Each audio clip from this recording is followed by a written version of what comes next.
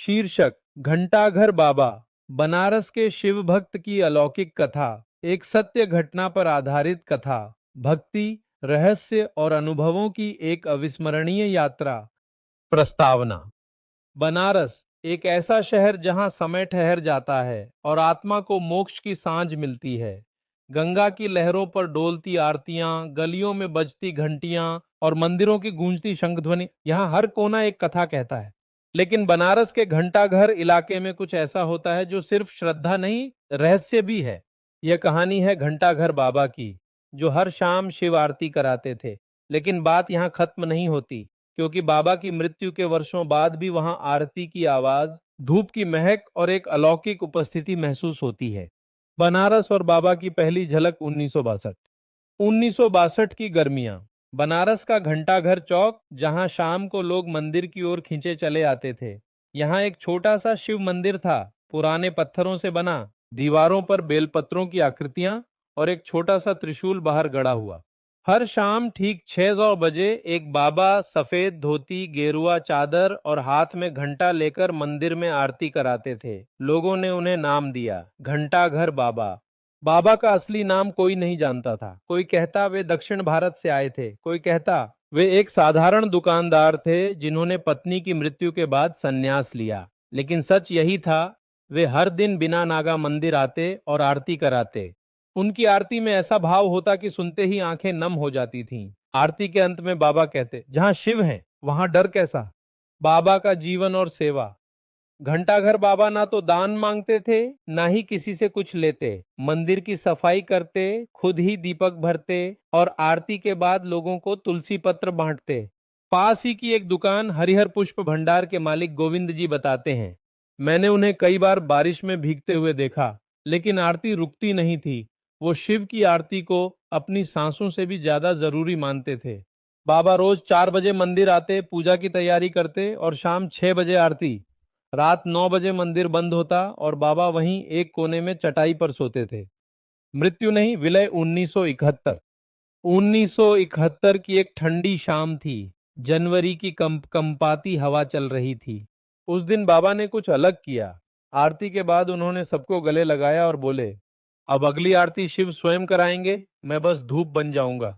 लोगों ने समझा शायद वे कहीं जा रहे हैं, पर जब अगली सुबह मंदिर का द्वार खुला तो बाबा वहां नहीं थे। उनकी चटाई वैसी की वैसी थी, शिवलिंग पर बेलपत्र सजे थे और दीपक जल रहा था।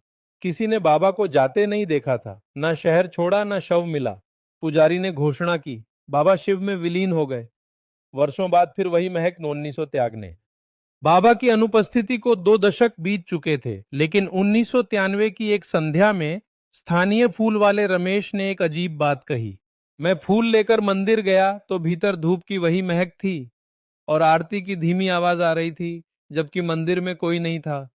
धीरे धीरे कई भक्तों ने भी ऐसी घटनाएं बतानी शुरू की। किसी ने मंदिर में धूप की गंध महसूस की, किसी ने घंटी की आवाज। एक महिला ने कहा, मैंने मंदिर में एक सफेद चादर में लिपटा साधु देखा, जो धीमे धीमे एवं नमः शिवाय कह रहा था। फिर वो हवा में लुप्त हो गया। सीसीटीवी में बाबा की वापसी 2005। 2005 में स्थानीय प्रशासन ने मंदिर में चोरी की घटनाओं के चलते एक सीसीटीवी कैमरा लगवाया। कुछ हफ्तों तक सब सामान्य रहा, लेकिन 21 जून की रात को रिकॉर्डिंग में कुछ ऐसा दर्ज हुआ जिसने सबको हिला दिया।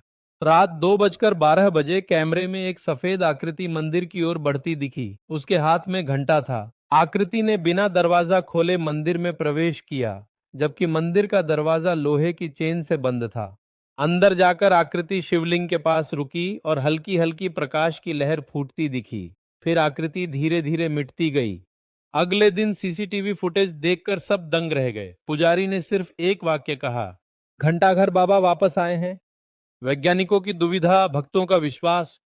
फुटेज की जांच के लिए लखनऊ और वाराणसी के कुछ तकनीकी विशेषज्ञ बुलाए गए, लेकिन उनकी रिपोर्ट में लिखा था, कोई कैमरा ग्लिच नहीं मिला। आकृति स्पष्ट रूप से मानव जैसी है, लेकिन उसमें से प्रकाश निकल रहा है जो सामान्य तापमान में असंभव है।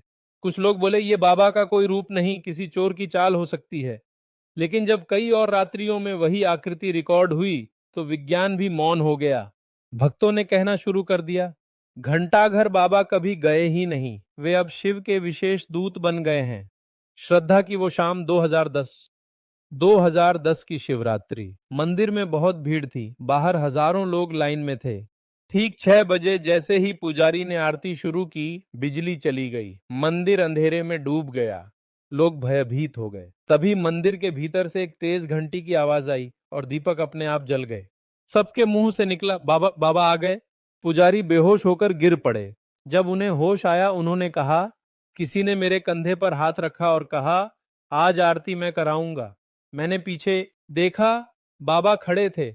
वही चेहरा, वही मुस्कान, लेकिन अब उनके चारों ओर एक आभा थी।